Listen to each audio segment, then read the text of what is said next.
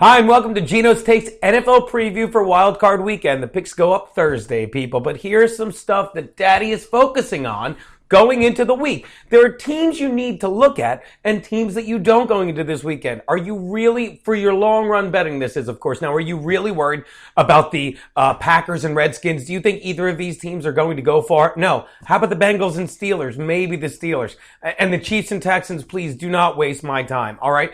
Here's the teams you need to take a peek at. I'm not worried about the Cardinals and the Panthers. The Panthers and Cards are both incredibly healthy, and that makes me really like the Cardinals going forward because it's a year later, and they're just so happy to be there with all their players in place, unlike last year when they were down to a third-string quarterback.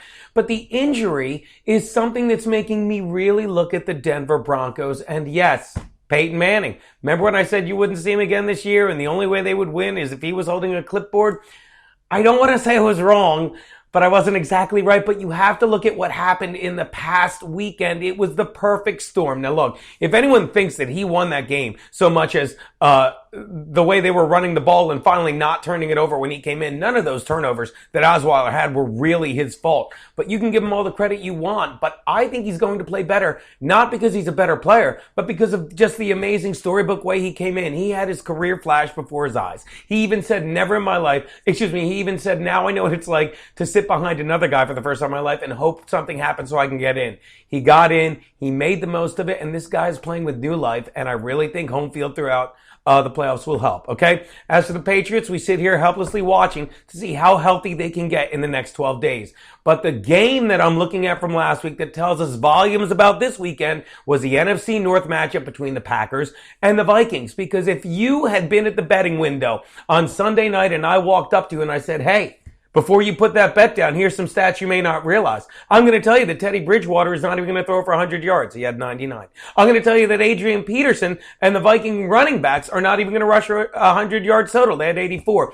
And yes, I'm being sneaky because they ran two reverses to that guy whose name escapes me, Adam Thielen, that totaled 67 yards. But look, this is what you get for trusting a man at the betting window who says he's from the future.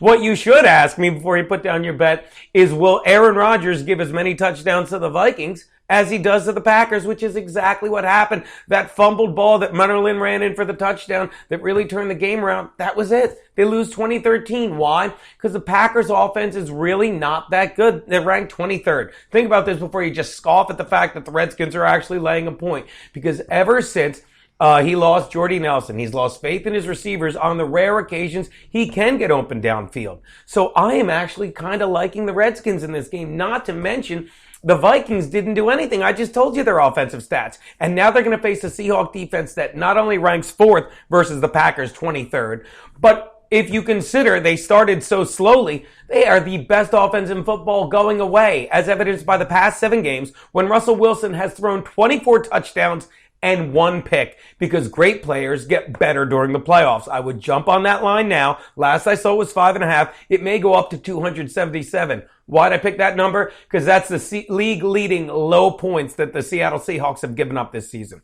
And as long as we're talking about great play down the stretch, let's talk about Alex Smith. Look, you can get behind him all you want, but I am not impressed with this guy in crunch time, especially if you look, if you think of him in his playoffs where he's gone 1-2, I remember that touchdown pass to Vernon Davis as much as I remember him locking up the following week against the Giants, because he didn't have time to think what was going on in that game against the Saints. But when he played that game under the spotlight in the NFC Championship game and just couldn't get that deciding pull-away touchdown, well, that tells you all you need to know. Yeah, but Gene, he's matured. I don't know why I use that voice, but I do. Has he? Because in his final 3 games down the stretch against very bad Ravens, Browns, and Raiders teams, Raiders aren't terrible, but they really aren't good, all losing records.